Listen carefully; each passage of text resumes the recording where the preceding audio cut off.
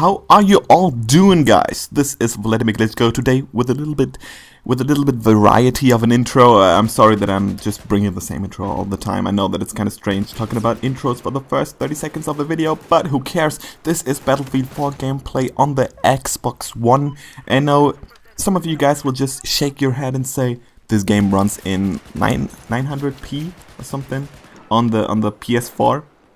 So it obviously looks a bit better on there. Why didn't you get the game for the PS4?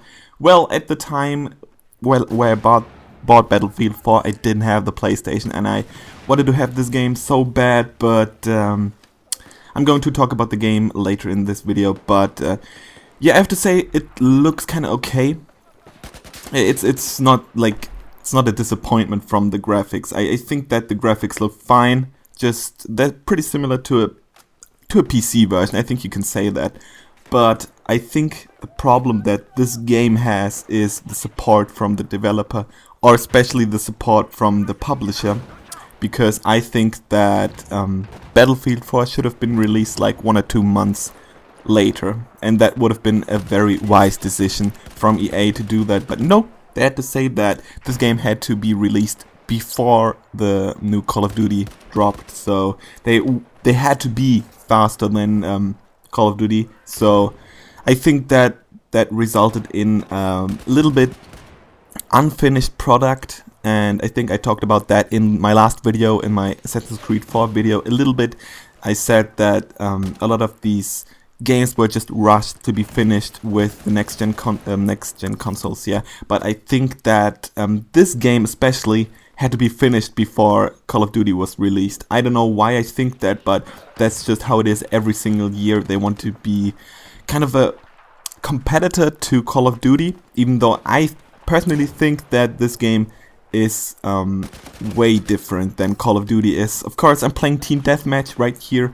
That mode is kind of similar to Call of Duty, but I think that like the Conquest and Domination mode in this game really different to what Call of Duty brings to the table. Of course, with Call of Duty Ghost, the maps have been getting a little bit bigger, and the game is kind of evolving, if you can say that, or maybe it's kind of a backlash. I don't know. I think that the bigger maps in Call of Duty are not that great, but I don't want to talk about Call of Duty in this video.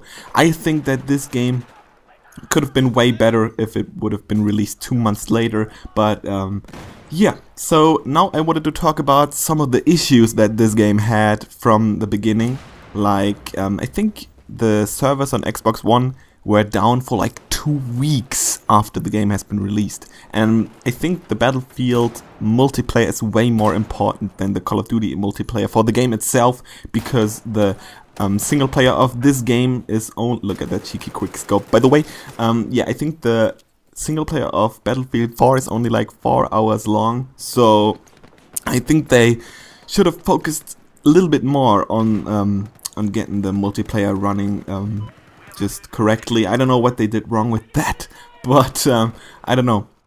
Another thing I wanted to touch on in this video is the frame rate, because EA or DICE said that this game runs on a constant frame rate with 60 FPS, and I only feel that when I play the single player mode of this game, because in multiplayer this game feels like it is running on a 45 frame rate or something like that, because there's like motion blur, so every time you move with your right stick it looks like everything is falling apart on the map. Of course, it's not that bad, but if you're used to very tight and responsive controls on the Xbox or on the Xbox 360 even, it feels really weird if you play on 60 FPS and the game just doesn't respond that well. So I think that this is still an issue in Battlefield. Of course, I think that the map design is great, and the destructiveness, you can destroy pretty much everything in this game. You can even destroy the walls so you can walk through them. That's a great thing, and I think that's what Call of Duty is kind of lacking of, because people in Call of Duty think that they're invincible if they're staying in a house, and I think that that's a little problem of the Call of Duty series. But I don't want to compare Battlefield to Call of Duty, because like I said at the beginning of this video, I said that I feel that these games are just way too different to compare them to each other. Of course, some people prefer Battlefield, some people prefer Call of Duty, but I have to say that I like kind of both of them.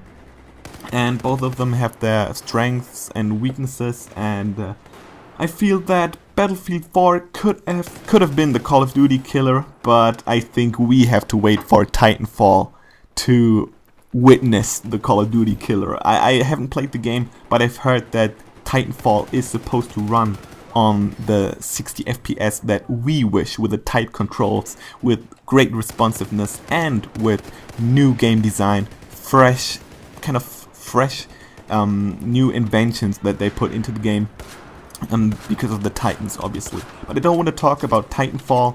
Another thing I wanted to say about Titanfall is that it is made by the people that developed MW2, so that's just a little thing that makes me really excited about that game.